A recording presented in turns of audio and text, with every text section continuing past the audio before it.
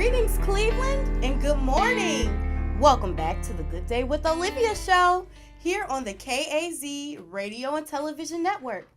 I'm your host, Olivia Winstead, here serving up the good news happening right here in the city of Cleveland, keeping you informed, engaged, and connected. Cleveland, who are the men and women in uniform in your life? And how are they rising to the call of service? Well, the men and women in uniform here in the city of Cleveland are rising above and beyond the call of service by not only protecting and serving the Cleveland community, but embracing the Cleveland community. In the studio, I have with me today a representative from the Cleveland Police Department here to share with us how the Cleveland Police are building positive relationships in the Cleveland community. I'd like to welcome to the studio Sergeant Charmin Leon. Yes. Welcome to the studio. Thank you for having me. Good morning. Good morning to you as well. Good morning. I'm very excited to have you here. We're excited. We're doing big things. I'm ready to hear about it. Wonderful. But before we get into the topic, I have to give some news updates. So, Tuesday is Juneteenth, a day of celebration of liberation and African American culture. But the celebration starts today at the African American Cultural Garden. So make sure to check out the events on 1180 MLK Boulevard today at 12 p.m. And Father's Day is tomorrow. So Happy Father's Day, everybody. Happy Father's Day, everyone. You fathers, you are loved, you are needed, and you have purpose, and you are worth the celebration. Absolutely. Celebrate yourselves as we celebrate you. Yeah. I love that. Do you have any plans for Father's Day? Well, yes, actually. Well, not on Father's Day, but my children's father, my ex-husband, is having a cookout, so we're all hanging out and celebrating the father that he is. Oh, so very nice. Yes. Let's get to know you, Sure. Sergeant Leon. Sure. Are you a Cleveland native? Where are you from? I'm not. I am a native of Chicago, Illinois. Chicago, Chi-Town? Yes, born and raised. Chi-Town, Mother Macaulay, Mighty Max, University of Illinois, Chicago. So, yep, I came here. And after I moved from Chicago, I moved down to Florida. So I was in Daytona Beach, Florida for 10 years. Wow. Yeah. So what brought you to the city of CLE? Well, when I was in Cleveland, when I was down in Daytona, the last few years I was there as assistant director of a girls and boys mentoring program. It was actually called For Girls Only. The boys started getting upset saying, what about us? What about things for us? And we created a program called SABLE, Sister and Brothers Learning Experience. So we started with 12 kids, ended up with well over 350. And then I learned about a program called the National Urban Fellows. And that is a program through the City University of New York, Baruch College, to increase the number of women and minorities in public administration. So you apply across the nation, they get applications, and then if you're a finalist, they fly you to New York where you interview, and I was chosen as one of the finalists, and that's what I did. I was in the program. It's a 14-month program for your master's degree in public administration. So you do 2 summers in Manhattan at Baruch College, and then you're assigned either to a government entity or nonprofit somewhere in the United States or Puerto Rico, and for a 9-month fellowship. So I was actually assigned to the mayor's office here in Cleveland, and it was during the time, the last of the Mike White administration, beginning of Jane Campbell. Mm-hmm. Yeah, and I had some great mentors, Assistant Director Barry Withers, Val McCall, who was over the Empowerment Zone at the time. I hung out with the CDC directors of Quincy and over on Quincy, Fairfax, and Glenville. And it was just great. And it was at that time that I shadowed Chief Mary Bounds, who was the first Black female police chief here in Cleveland. Very interesting. Yeah. And at that time, she asked me about becoming a police officer, and I said, no, not my thing. Really? Yeah, I've always worked in the community. I was a home detention officer for juvenile court. I was a public assistance worker down in Daytona. I volunteered at the juvenile detention home. But actually being an officer was not something that I saw myself doing. And so, time went by. I got married, had children, and she called me back to her office. At that point, she was no longer chief. She was over recruitment. And she said, you should really consider becoming a police officer. And so I took the test mainly out of just respect for her, but I had no intention of doing it. Isn't that funny? We make our own plans, but the plans really make us. I'm trying to tell you. The divine plans. Yes. So, yeah, that's what happened. And I made it, and I got on, and I got into the academy thinking, what happened? How did I get here? Well, and we're so happy to have you here. Thank you. I appreciate that. So, what school did you graduate from? You went to, what was the name of the academy that you mentioned in Manhattan? Was it Manhattan? Oh, okay. So that was my grad school. Okay. When I was in grad school, that's the City University of New York, Baruch College. They have different colleges, and that one is the Public Administration College. So I attended there. My undergrad was at the University of Central Florida in Orlando, Florida. So very nice. Yeah. Do you ever miss Florida? I do. I do. So my parents still live there in Daytona. My twin brother still lives. He lives there in Daytona. And we visit as much as we can. Do you have very many family members here in the city of Cleveland? I do not. No, I did meet some long lost cousins not too long. Well, it's been a few years now. I was still on patrol in the 4th District. And the sergeant was like, go see them, because I forget how we got in contact, but they were like right around the corner, not far. He was like, go. They were visiting some other family members. They were extensions of my dad's family. So that was really cool. That's nice. Yeah. And now you're part of the KAZ family. Yeah, thank you. I love that. I appreciate it. So what are your favorite things to do here in the city of Cleveland? Well, it's family, my job, and volunteering. My belief is we can only be true citizens when we give a part of ourselves to the community in some form or fashion outside of our own personal interests. So I have a mentee through the Peacemakers Alliance. I'm very proud of her. Diane Switzer, she starts as a traffic controller on Monday. Yay! Congratulations. 24-year-old young woman, children, and she aspires to be a police officer. She has some things she needed to take care of. That happens sometimes. So I'm like, you still can start your seniority with the city. So let's look at some different things you can do. And so she applied to be a traffic controller, and she starts Monday. And I'm just so proud of her. How awesome is that? Yeah. What do you love about this city? I know I love it's the, I don't want to say the sense of pride, but people, we are prideful here. Yes. The energy here, we love our city. When you think about our sports team, Cleveland goes hard about the sports team. There are lots of things to do here in the city of Cleveland. Cleveland really has an energy that I am just really drawn to. I agree. And for me, it's the community because Cleveland is a small city, a big city, but everybody's connected. It's not as big as maybe New York, but still it's a lot of people here, but we're all connected. I love that you say that. And it's so true. And that's one of the things I got excited about when I came here. I was just here to go, to complete my fellowship.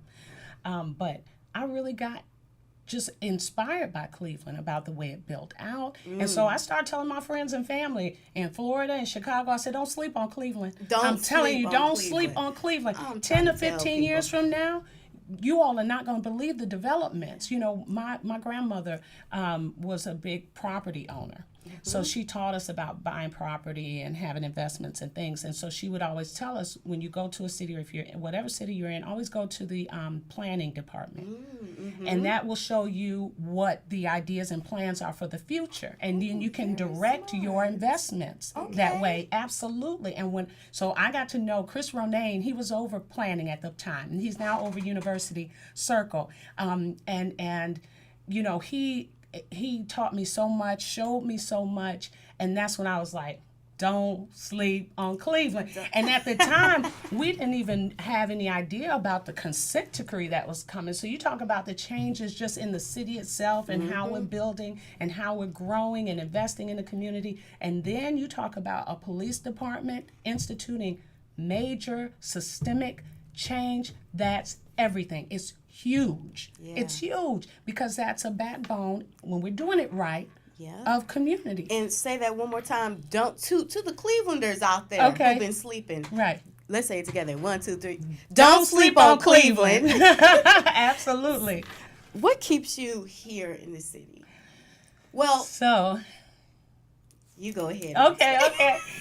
So I have to tell you the truth. Like I said, I have parents who are in Daytona Beach, and we know our parents get older, and so being the only girl, because I have an older brother, a twin brother, and a younger brother, but being the only female, I feel like it's my place to take care of my parents as they get older. So I did look into going back to Florida to do that, but the kid's father is here, my ex-husband, and so that would have been a strain on the whole relationship and dynamics.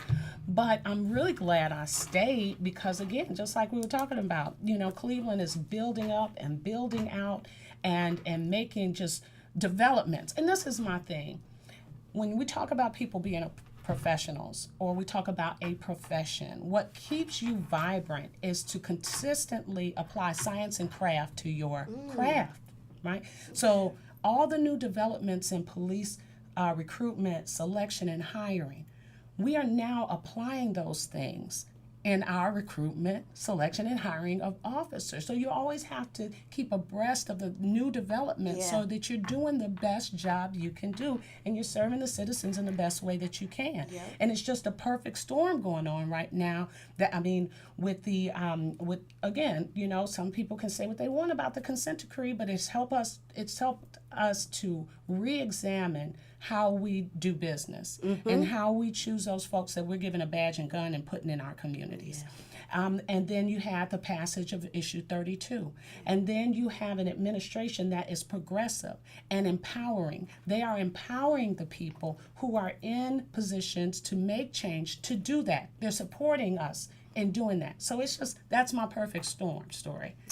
All right. I like that. Yeah. Thank you for sharing so much about your experience here and where you came from before Cleveland. And like I said, we're happy to have you here. Thank you. I'm glad to be here. Let's talk about the Cleveland Police Department. I want some history. So sure. Let's start with I knew you were, so I came ready for you. Okay. I was like, oh, she gave me homework. Yes. So at this point we should be able to rattle some of this stuff off, but when there's so much going on, and I'm a mature female, so we have to, you make got notes. This. Yep. Yeah. When did your career begin with the Cleveland Police Department? So I began in 2008. 2008. Correct. And what's your role? So now I'm the sergeant, the officer in charge of public safety recruitment, which is police, fire, and EMS. So that's a new development for the city. But when I had started, I was, and just so you all know, you ladies and gentlemen out there, I was 38 years old. This is a second career for me. I'd always worked in the community. And it was a refreshing, when I got in this uniform, got out into the community, it's like a fish to water. I always worked in the community. I've always been a cooperative component with those folks in the community. And if that's who you are, this is an awesome career for you. It's good. It's good. I can count on one hand the days that I didn't want to go to work and it wasn't about the work. It was just because I was not feeling well or whatever. I love going to work every single day. So, I'm glad to hear that. Oh, yes. So I was 38, and then I did a few years, 5 years on patrol, and one of the sergeants out in the 4th District, he's a lieutenant now, Mike Butler. I'm sorry. He's going to kill me. Michael Bentley. I know your name. But he says, I think you should take the promotional because I think that you would do well in administration in the city and we could really use you. And, because of when we talk about relations, when we talk about race relations and things like that, and, us helping one another and everything, there are plenty of people out there that will help anybody. And this was a white male officer. And I want to say that because I think too many of our folks think that the division is an unwelcoming place for minorities, and that is just not the truth. And that you will be supported. I was supported by a lot of women in the 4th District. Sergeant Cynthia Sane, Janice Givens. I hate naming off people because then you know people feel left out if you don't say their name. Sandra Robinson. I always tell that story because I want people to know that man encouraged me first to take the promotional. And so when I did, I got promoted, and then I was assigned to the Office of Professional Standards, which is the office that investigates complaints regarding misconduct of police officers. And we got to own it. We just got to be honest. We know we have that. And so that's a necessary entity. You know what I mean? How long has the Cleveland Police Department been around? So the Cleveland Police Department, and there's some great history available online on our police museum. They have great things. The Case Western has a great page on our history. But we had our first peace officer was actually Moses Cleveland. That was way back when. In 1800s, they had constables appointed until 1836 when we became a city. And that's when the marshal's office opened, and they were termed watchmen. So in 1886, the Metropolitan Police Act allowed us to create a police department. So May 1st, 1886, we became the police department. And William Tucker in 1881 was actually one of the first black officers appointed. The first woman came on in 1923 being appointed, but we had jail matrons. Females were allowed to be jail matrons in 1893. And one of the neat things that I read, it says many of the first women hired were former teachers or social workers who functioned as investigators on all police cases in which women or children were involved as either victims or offenders. And so, you know, with the consent decree was established the Cleveland Community Police Commission. And they did a poll online not too long ago. Because my biggest thing is you don't just have to be a criminal justice major to become a police officer. We have the skills, there are the skill sets necessary to be a good, especially Cleveland urban patrol officer in psychology, in any of the behavioral and social science majors.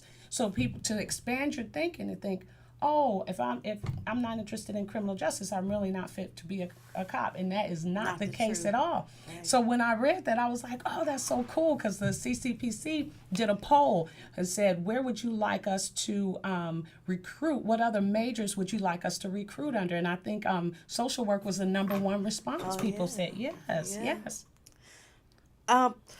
What need does the police department meet in the community? What do you guys do? Oh my goodness, so much. So a lot of times when people think being a police officer, they just see you arresting people, you know, stopping, giving parking tickets. And is that part of it? Absolutely it is. You know, and parking tickets, the biggest thing about those are they're supposed to be deterrents from folks continuing to not follow traffic laws, because that causes a great big problem in our community. But the majority, and we know now it's like 80% of our job is conflict resolution. It is not enforcement. It's conflict resolution. When we are called, most of our calls are simply to go in and de-escalate intense situations and calm folks, and then connect them with resources. You know, that is, and I don't know if you all have seen, the consent decree called on the division to create 3 different plans: a recruitment plan, a staffing plan, and a community policing plan. And our community policing plan is called Community and Problem-Oriented, CPOP, Community and Problem-Oriented Policing. And so that was drafted by Commander Johnny Johnson. Captain Mike Butler did the staffing plan, and myself, along with Assistant Director Barry Withers and Director McGrath, created the recruitment plan. So we're looking for community feedback on that. You can find it on the city's website. You can find it on our site. We have a Facebook page, City of Cleveland Public Safety Recruitment. We have Instagram and Twitter, because the kids, when we go out and talk to young people, they're like, oh, y'all not on the gram? Yeah. Y'all need to get on the gram. So we got on the gram, and we're at CLE Recruitment. Go follow them. Please, please. So how large is the Cleveland Police Department? Mm-hmm. And how many districts do you guys serve? Or what's the area you cover? I'm all of Cleveland. It's all of Cleveland, yes. So we have 5 districts. And we have the 1st district over on West 117th. We have the 2nd district on Fulton. We have the new 3rd district over on Chester, beautiful building there. The 4th district is at 93rd and Kinsman, and then we have the 5th district located at 152nd and St. Clair. All right. Yeah, we're 1,506 officers strong right now. Shout out to cousin Lisa. Hey, She's in 5th district. Lisa Steele? I'm sorry, Yeah, I forgot That's okay. her last name, but she's definitely my cousin. Yes, She just doesn't have my last name. I was just my thing is, if it's who I'm thinking it is, we just stole her from the 5th district, and she's now heading up the medical unit. So I'll think of it again during this interview. I'm just drawing a blank. I understand about cousins. So yeah, and of course, as you know, the mayor committed to hiring over 250 officers this year. It looks like we're going to meet that goal. We're going to surpass that goal. And that's why it's such a good time to get on the division. So what else can I tell you about that? So we have a lot of recruitment efforts going on. Yeah. Yeah. Do you want to talk about that, or do you? Yeah, let's talk about that. Sure. Okay. So like I said, we're on social media. We also learned through this process that we lost a lot of applicants during the physical agility test. So the mayor and the chief approved us establishing conditioning camps. So we have conditioning camps. You all have to go to our website. You have to go on to our Facebook page, Instagram, and Twitter so you can see the days and times that we have conditioning camps. They're free. And it's just not for police applicants. We're inviting the entire community to come out and work out with officers. We have the best conditioning. Oh my goodness. Our conditioning officers are so on 10.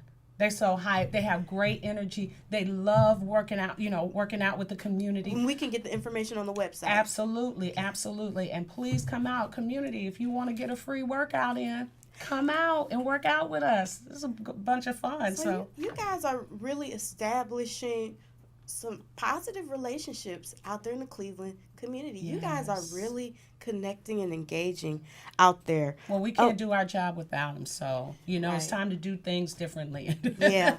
Yeah. What are some of the challenges you face in this line of service? Well, it's kind of like as far as the line of service or with the community, because the challenges we face sometimes in the line of service, it's just normal government stuff. You know what I mean? Okay. Yeah. One of the things that one of my professors said in graduate school, which I found to be true, he said, in your 30-year public service career, if you have one goal that you can accomplish in that 30 years, consider yourself successful, because government was not created to move quickly to prevent us from tyranny.